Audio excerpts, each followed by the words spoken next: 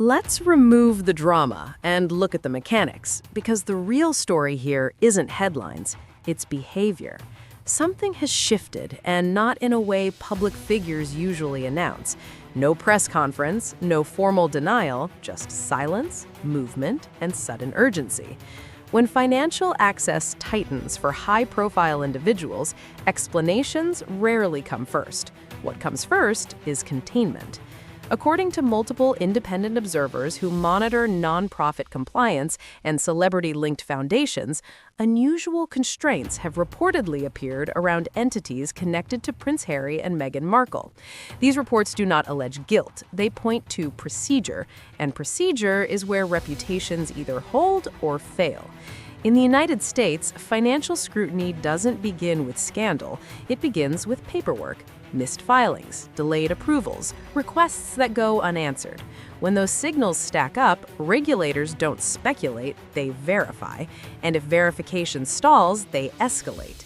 Charitable organizations in the U.S. are not private vaults. They are legally required to disclose financial records, explain expenditures, and demonstrate that funds served their stated mission. This is not optional, and status does not create exemptions. When filings are late or incomplete, agencies flag them. When flags accumulate, agencies act. What matters here is not public perception, but operational reality. For figures whose projects, staffing, and visibility depend heavily on nonprofit structures, any disruption to that pipeline creates immediate strain. Salaries pause, contracts freeze, consultants wait, momentum collapses.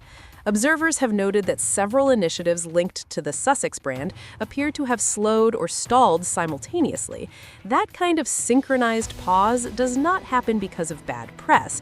It happens when funding access becomes uncertain. This is where the language suddenly changes.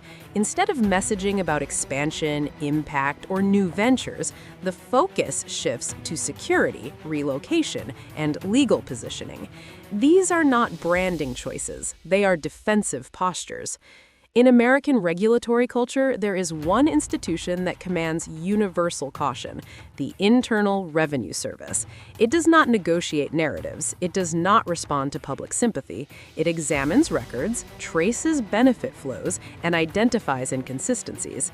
If personal benefit appears where public benefit was declared, consequences follow, regardless of fame. The critical issue raised by commentators is not whether money moved, but how it moved. Expenses labeled as operational but tied to lifestyle, payments routed through intermediaries, charitable disbursements that appear circular rather than outward-facing. These patterns, if present, are precisely what regulators are trained to detect. Another detail drawing attention is timing. When organizations are compliant, filings are routine and visible. When filings are delayed or withheld, it often signals unresolved disputes behind the scenes. Approval is not automatic, it requires satisfaction.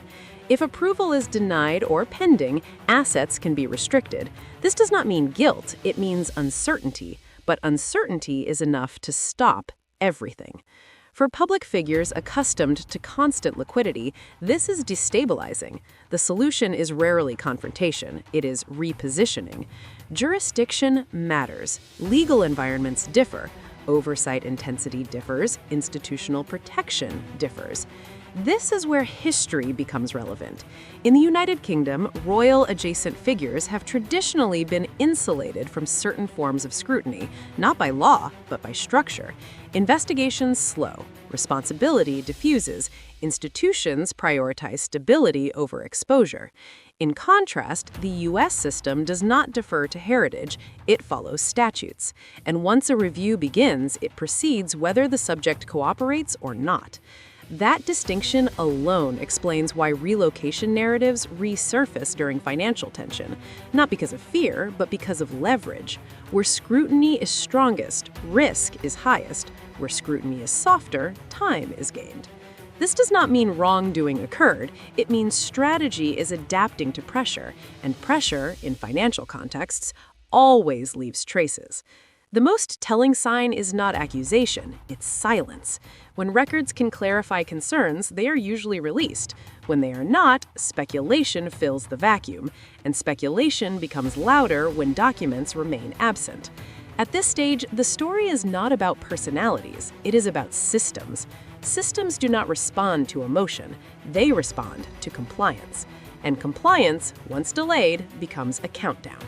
To understand why this moment matters, you have to understand power correctly. Power is not publicity, it is protection. And protection is not universal. Many public figures assume that visibility equals immunity. That assumption works until it doesn't. The moment a system does not depend on you, your influence evaporates. This is where precedent enters the conversation. British royal history shows repeated examples where internal accountability stalled indefinitely, not because allegations lacked seriousness, but because institutions closed ranks. That reality shaped expectations, but expectations are not guarantees. In the US, charitable oversight is not symbolic. If a nonprofit structure is found to be non-compliant, consequences extend beyond the organization. They follow individuals. They examine benefit. They revisit filings retroactively. This is why financial professionals consider nonprofit governance one of the highest risk environments for reputational figures. Mistakes are not forgiven quietly, they are corrected publicly. Another factor drawing attention is scale. Large sums invite scrutiny regardless of intent. When millions move through foundations connected to personal brands, regulators look closely at proportionality. Does output match intake? Does mission match expense? Do beneficiaries exist outside the founders? These are not hostile questions, they are routine, but when answers are delayed, patience disappears.